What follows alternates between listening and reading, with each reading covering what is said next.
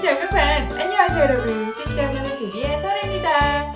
오늘은요 여러분들과 함께 베트남 사람들의 이름에 대해서 한번 이야기를 나눠볼까 하는데요. 이름은 베트남어로 땐이라고 하죠. 뭐라고요? 땐, 그쵸? 그래서 이 이름에 대해서 한번 이야기를 나눠볼까 합니다. 이 베트남 사람들의 이름을 한번 들어보면요, 여러분들 혹시 베트남 친구 있으신가요? 아니면 여행을 하면서 너 이름 뭐야? 라고 물었는데 이름을 들었어요. 그러면 굉장히 낯설게 느껴지실 거예요. 그런데 자세히 살펴보면 우리랑 비슷하게 되게 많거든요. 우리가 낯선 이유는 일단 언어가 다르기 때문이겠죠. 그래서 뭔가 발음은 굉장히 낯설지만 그 구성을 보면요, 삼음절이나 사음절로 되어 있을 거예요. 그래서 성과 중간 이름, 끝 이름으로 이렇게 베트남 사람들의 이름은 구성되어 있는데요. 우리처럼 성과 이름으로 나눠지는 것도 비슷하고, 그리고 또 하나, 한자에서 유래된 그 단어로, 그 글자로 사용하는 것도 굉장히 비슷하죠. 그래서 그 이름에는 한자의 어원을 두고 있는 경우가 많기 때문에 그 의미를 두고 있는 것도, 한자의 의미를 담고 있는 것도 굉장히 비슷하다고 볼 수 있어요. 근데 우리와는 조금 다른 점이 있다면, 우리는 성과 이름에서 이름이 보통 두음절 또는 세음절 정도 되죠. 보통은 되게 두음절일 거예요. 그래서 이제 두음절의 이름을 부르잖아요. 예를 들어 저는 윤선애고요. 여러분들이 아시다시피 선애야 라고 부르시겠죠. 그쵸? 그런데 이제 베트남 사람의 이름을 제가 아까 얼핏 말씀을 드렸지만 성, 중간 이름, 그리고 끝 이름. 제가 굳이 중간 이름과 끝 이름을 나누었어요. 그 이유는 이 중간 이름은 큰 의미를 가지지 않고요. 주로 이 끝 이름을 사용을 한다는 거죠. 그래서 뭐 누구야 부를 때도 예를 들어 볼게요. 제가 Pham Thi Hoa라는 이름을 가진 베트남 사람이 있어요. 이 이름은 여자의 이름인데요. Pham Thi Hoa를 부를 때 우리의 생각이라면 티화야 라고 불러야 될 것 같지만 아니고요. 중간 이름을 부르지 않고 보통 끝 이름, 이게 진짜 이름 땡찡이라고 부르는데 이 끝 이름을 사용해서 상대를 불러준다는 거죠. 티화야 아니고요. 어떻게 해요? 화야 라고 불러야 된다는 거예요. 아시겠죠? 네, 그래서 이 부분은 이제 우리랑은 조금 다른 부분이라고 할 수 있겠죠? 중간 이름은 어떤 역할을 하냐면요. 보통 이제 남잔지 여잔지를 알려주는 그런 어떤 표시적인 역할을 하는 거예요. 그래서 예를 들어 van, 뭐 우리나라는 문이라는 뜻이고 후, 우리나라 뜻으로 하면 유라는 뜻인데 이런 것들이 중간 이름으로 있을 때는 남자 이름이구나 알 수 있고요. 제가 아까 pham, thi, hoa 여자 이름이라고 말씀드렸잖아요. 끝 이름 화도 뭔가 이 여자 이름스럽지만 바로 중간에 있는 t, 뭐 우리나라 말로는 c라고 하는데 이 t 역시 여자 이름을 나타내는 거예요. 요즘 들어 이제 t 같은 경우에는 좀 촌스럽다고 해서 많이 사용하지 않는 추세지만 이전에는 굉장히 많이 사용했던 중간 이름이죠. 그리고 이 성 같은 경우에는 아까 pham, thi, hoa에서 pham 같은 경우에는 가족성이겠죠. 물론 그쵸. 그래서 이 가족성은요 대부분 이제 아빠 쪽 성을 따르는 경우가 많고 또는 이 성이 두음절인 경우도 있어요. 그럴 경우에는 아빠와 엄마의 성을 모두 따랐다라고 볼 수 있는 경우가 많아요. 그래서 성은 가족의 이름, 그리고 중간 이름은 보통 뭐 다 그렇다는 건 아니지만 남성인지 여성인지 알려주는 역할을, 그리고 우리가 베트남 친구의 이름을 부를 때 바로 끝 이름을 사용해서 부른다라고 생각하시면 될 것 같습니다. 좋아요, 구독 꾹꾹 눌러주세요.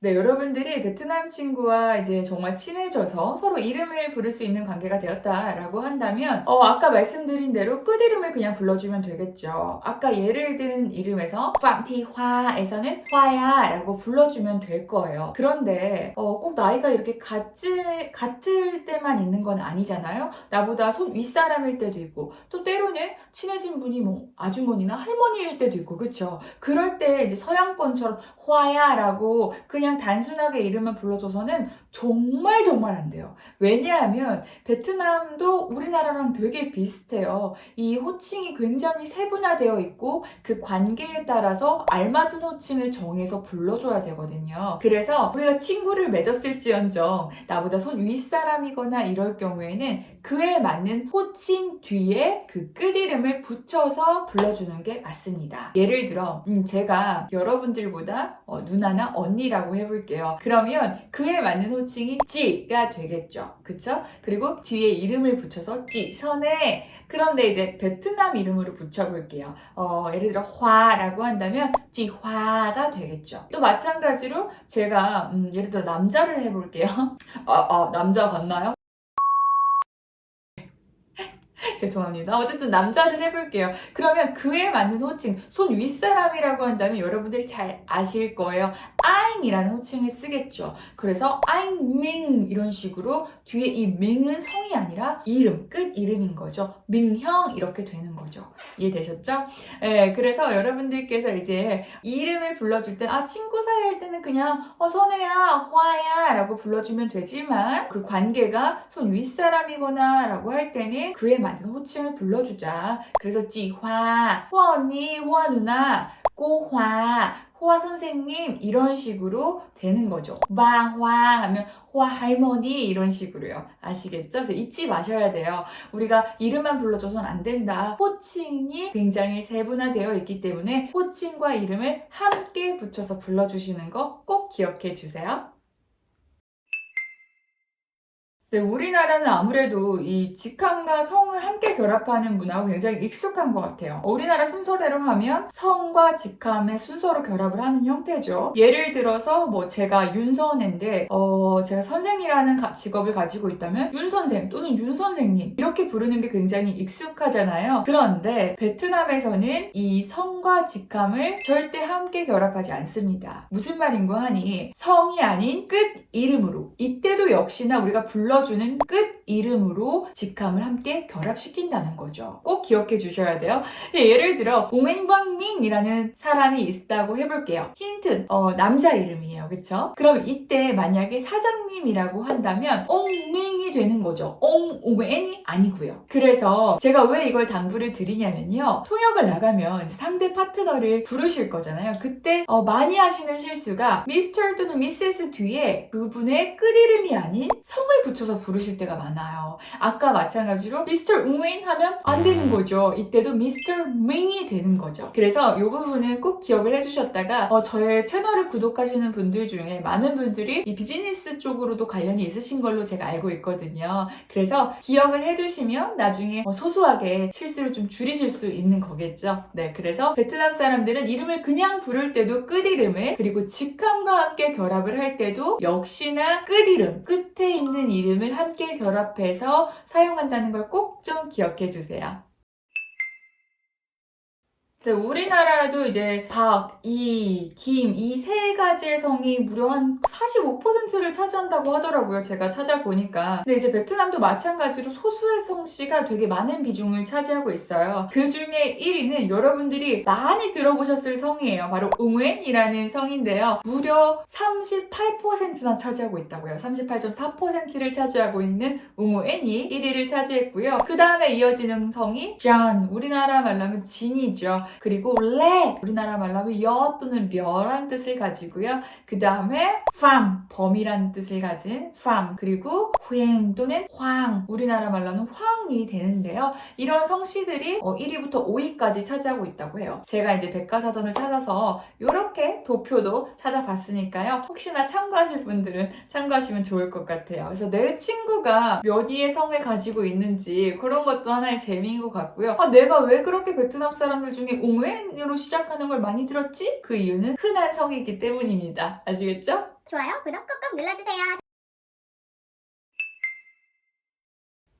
네, 저는 베트남 이름을 2개 가지고 있는데요. 하나는 제가 유학 생활을 할 때 친한 교수님께서 지어주신 이름이에요. 저는 개인적으로 이 이름을 너무 사랑하는데 바로 아이히엔입니다. 제가 이거를 이제 베트남 친구들한테도 말해주면 너 이름 너무 예쁘다 라고 많이들 말해줘서 이름을 좋아하게 됐는데요. 제 이름이 선애잖아요. 그래서 이 선자가 여러분들 잘 아시겠지만 착할 선이고요.